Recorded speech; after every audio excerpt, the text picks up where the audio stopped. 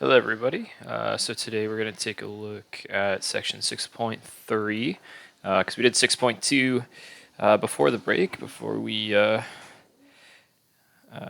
all left and before this whole madness started. So today we're going to take a look at 6.3 and go through that. Okay. So 6.3, it's all about inequalities. And well, what's an inequality? So we're used to equations with an equal sign, right? But now what we're going to do is we're going to take a look at inequalities that have an inequality sign. Okay, so these are the symbols we're going to use. You've probably seen these before, right? So this guy over here, less than and greater than when we have just the diagonal arrowheads there.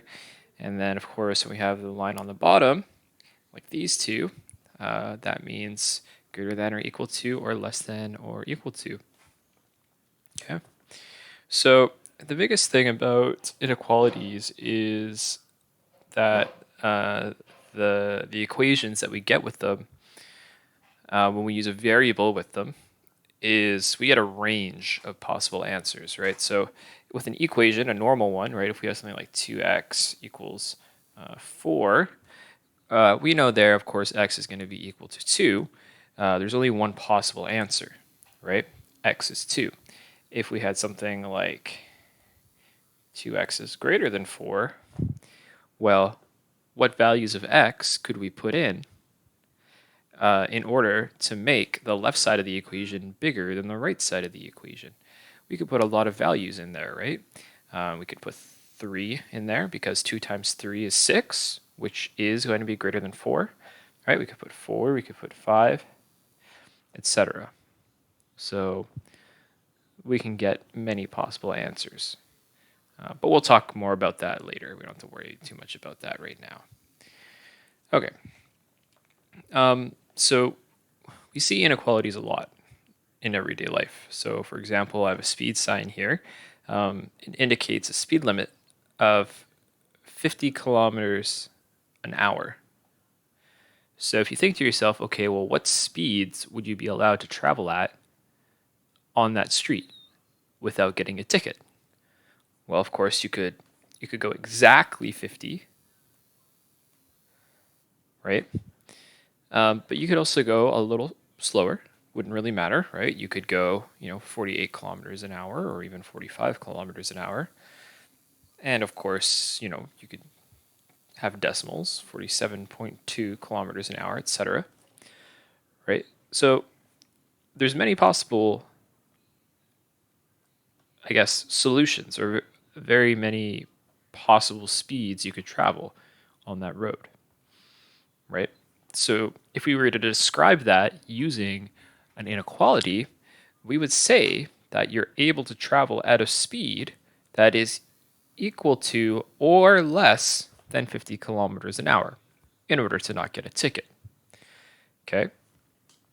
So if we were to describe this, if we were to set up an inequality to describe this, we would have to pick a variable that represents speed. So here I said we can use s for speed would be a good choice. So if we wanted to say our speed has to be less than or equal to 50, we can go up here, remind ourselves, okay, which one means less than or equal to? Okay, that's this one here. Right? So we would say our speed has to be less than or equal to 50. That would be an inequality to describe that speed limit sign. S has to be less than or equal to 50 because we can't speed, or at least we shouldn't speed. Okay. We can do another one. So I got a sign here from some sort of amusement park ride.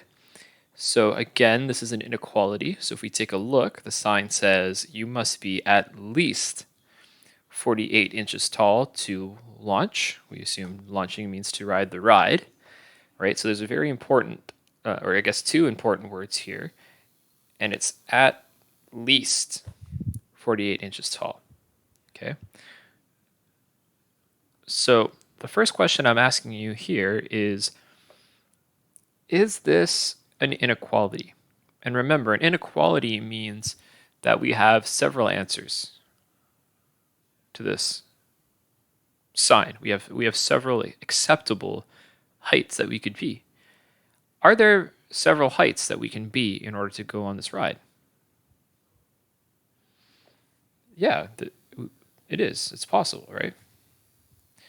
So say, is this an inequality? Yes, because there is a range of heights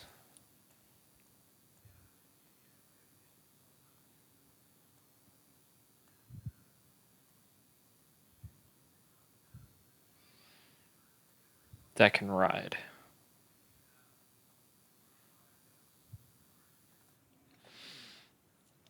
Okay, so what are some possible heights people could be to go on this ride? Well, you could say 50 inches, 60 inches, right? You could be super tall. There's no maximum, right? It just says you have to be at least 48 inches. Can we be exactly 48 inches and still ride the ride? Yes, we can. At least means, yeah, 48 inches is fine, right? It could be 49, right? Etc. Okay, so how would we describe this inequality in words? So you must be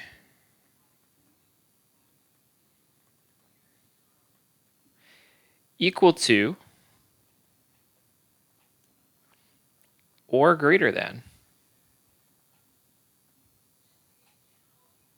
48 inches to go on the ride.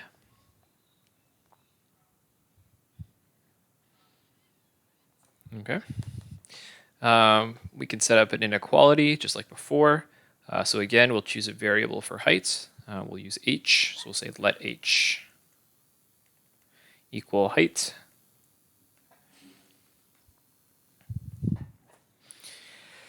So if we have to be greater than or equal to 48 inches, then we would say h has to be greater than or equal to, so we'll go up here. Greater than or equal to is that guy right there. So we'll make sure it faces that way. So greater than or equal to 48 inches. Okay.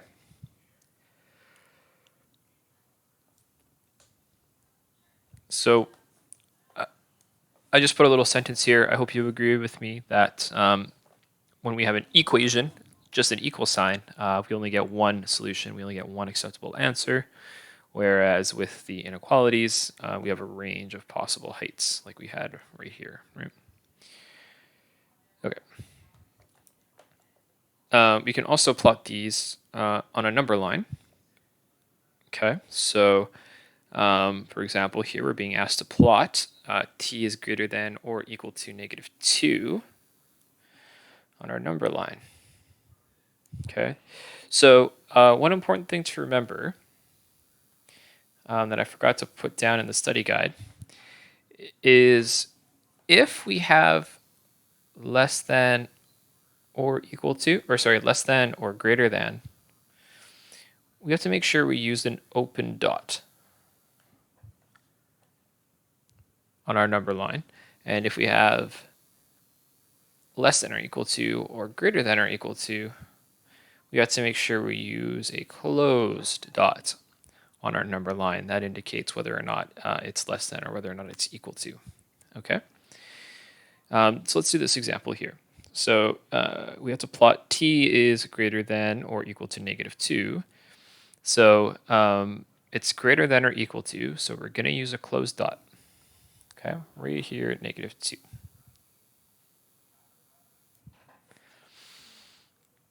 Now, because it's saying t must be greater than -2, that means it has to go to the bigger numbers. Okay, if t is greater than -2, our graph has to go to the bigger numbers. So on our number line here, of course, our bigger numbers are to the right.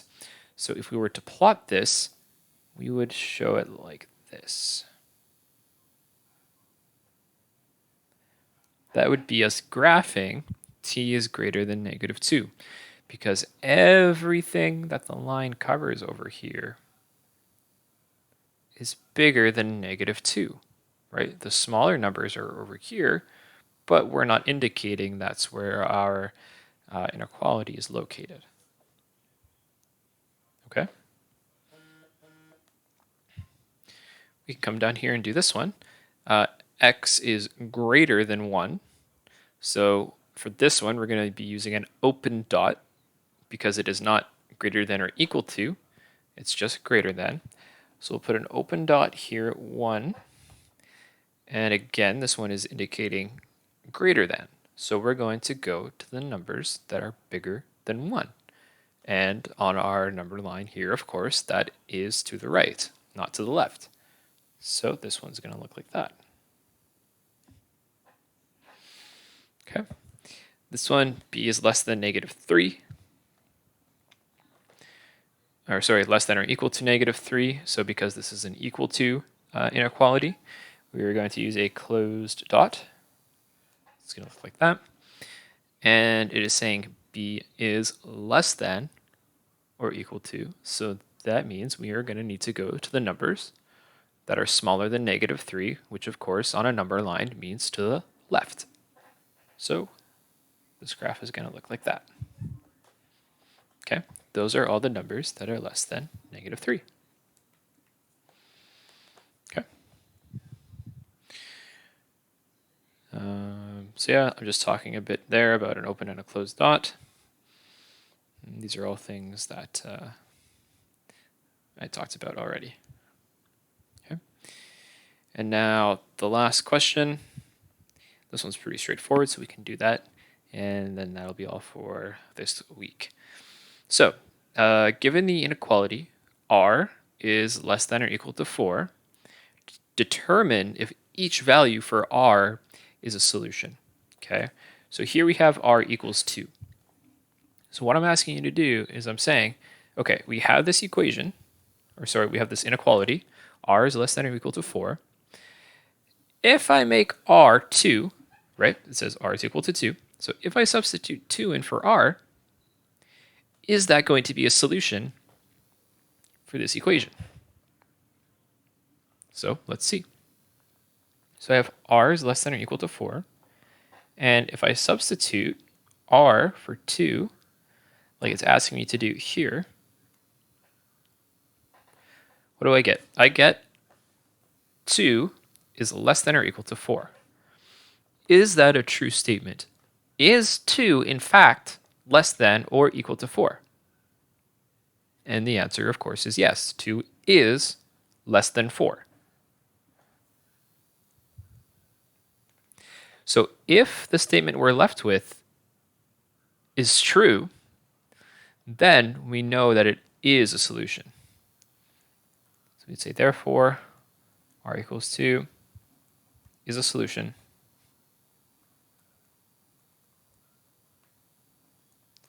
to r is less than or equal to 4.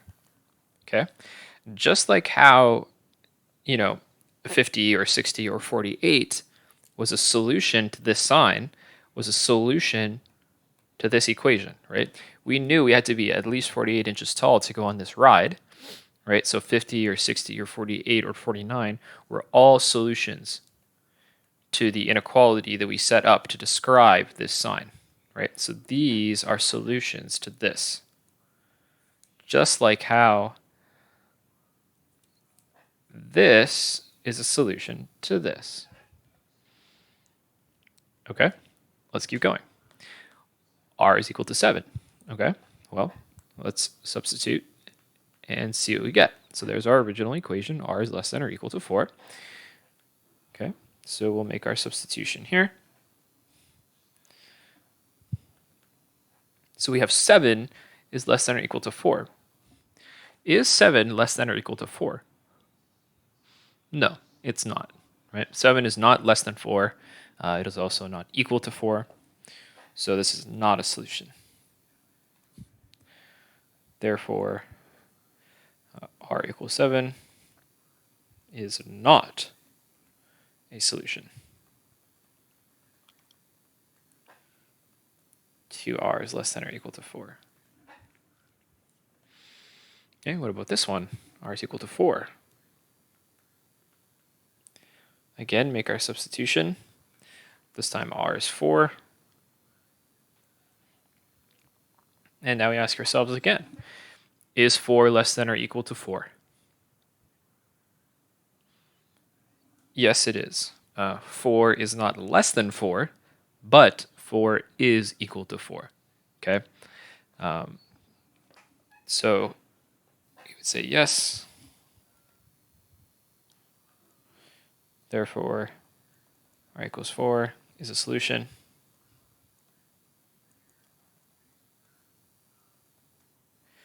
To r is less than or equal to 4. Okay. I'll leave these last two for you to do on your own. You should find out that both of these are solutions. I'll leave you to work through those on your own to check your understanding for that one. Okay, so your textbook assignment is there, page 292, questions 3 to 11. This section shouldn't take you too long, but this is what I'm going to have you do for the week. All right, see you guys next time.